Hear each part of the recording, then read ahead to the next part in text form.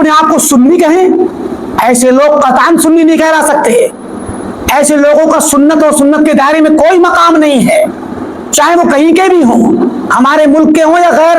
پڑوس ملک کے ہوں۔ یہ رافضی ہیں، یہ رافضیوں کے اعلی کار ہیں، اور رافضیت کو پسند کرنے والے اور رافضیت کو پھیلانے والے اور رافضیت کے ایجنٹ ہیں، بلکہ شاید یہ اور آگے چل کر کے یہودیوں کے بھی ایجنٹ ہو سکتے ہیں۔ وَكَفَى بِنَا عَلَىٰ قَوْمٍ أَزْرَاءً، کوئی بھی لوگ ہوں، ان کی رسوائی یا ان کی بدنامی اور تحقیر کے لیے کافی ہے کہ ہم ان کے اعمال کی مخالفت کریں، یعنی ہم صحابہ کے طریقے کی مخالفت کریں، ہمارے لیے کافی ہے کہ آپ مزید الگ سے ہمیں صحابہ کی توہین کرنے کی ضرورت نہیں ہے، ان کے عمل کی مخالفت کر دو، یہی ہم نے صحابہ کی توہین کر ڈالی۔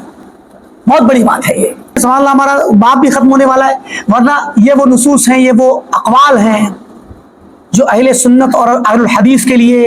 مشعل راہ، اور اہل الحدیث اور سلف کا اور سلفی حضرات اور سلفی امت کا یہ وتیرہ ہے کہ وہ صحابہ کے طریقے سے ہٹنا صحابہ کی گستاخی شمار کرتے ہیں۔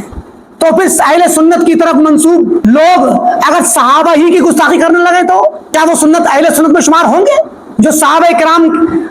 رضوان اللہ علیہم اجمعین اور بلکہ کبار صحابہ اور مشاہیر صحابہ پر کلام کریں اور ان کی گستاخی کریں، ان پر بد زبانی کریں اور اپنے آپ کو سنی کہیں،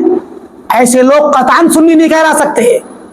ایسے لوگوں کا سنت اور سنت کے دائرے میں کوئی مقام نہیں ہے، چاہے وہ کہیں کے بھی ہوں، ہمارے ملک کے ہوں یا غیر پڑوس ملک کے ہوں، جو آج کل صحابہ کرام پر اپنی زبانیں اور اقلام چلا رہے ہیں، ان کا سنت سے کوئی واسطہ نہیں۔ سنت کی پیروی کرنے والا تو وہ ہے جو ابراہیم بن یزید نخعی کی پیروی کرے اور ان کے طریقے پر صحابہ کرام کے عمل اور ان کی سنت اور ان کے آثار کی تعظیم کرے اور ان کی مخالفت کو ان کی گستاخی شمار کرے۔ لہذا یہ تو سلف کے متبعین اور اہل الحدیث اور سلفیوں کے لیے شرف کی بات ہے کہ ہم صحابہ کے منہج پر ہیں، اور صحابہ کے طریقے کو پر چلنا ہمارے لیے فضیلت ہے، چاہے ایک ناخن کے برابر کیوں نہ ہو، اور صحابہ کے طریقے کی مخالفت کرنا ہم اپنے لیے گستاخی سمجھتے ہیں اگر صحابہ کا کوئی اجماعی مسئلہ ہے۔ ہو سکتا ہے کوئی صحابہ کے درمیان آپسی اختلافی مسئلہ ہو تو ظاہر ہے کہ ان میں سے کوئی ایک قول ہی لیا جائے گا جو زیادہ صحابہ کا ہو یا راجح قول ہو صحابہ کا، جو بھی شکل ہے ترجیح کی عمل کی، لیکن اگر صحابہ کا متفقہ کوئی قول ہے اور عمل ہے اور تفسیر ہے وہ کتاب و سنت کی، تو پھر اس پر عمل کرنا ہمارے منہج کا حصہ ہے، اور اس کی مخالفت کرنا صحابہ کی توہین ہے۔ توہین کیسے ہے؟ کیونکہ جب ہم صحابہ کے طریقے کو چھوڑیں گے تو اپنے آپ کو زیادہ علم والا اور سمجھدار قرار دیں گے، اور صحابہ کو کم علم قرار دیں گے، اس سے بھی توہین کیا ہوگی؟ اور ہم یہ کہیں گے کہ صحابہ کرام نعوذ باللہ اس مسئلے میں حق پر نہیں تھے، ہم حق پر ہیں، زبان سے گرچہ نہ کہیں لیکن ہم عمل سے ثابت کریں گے۔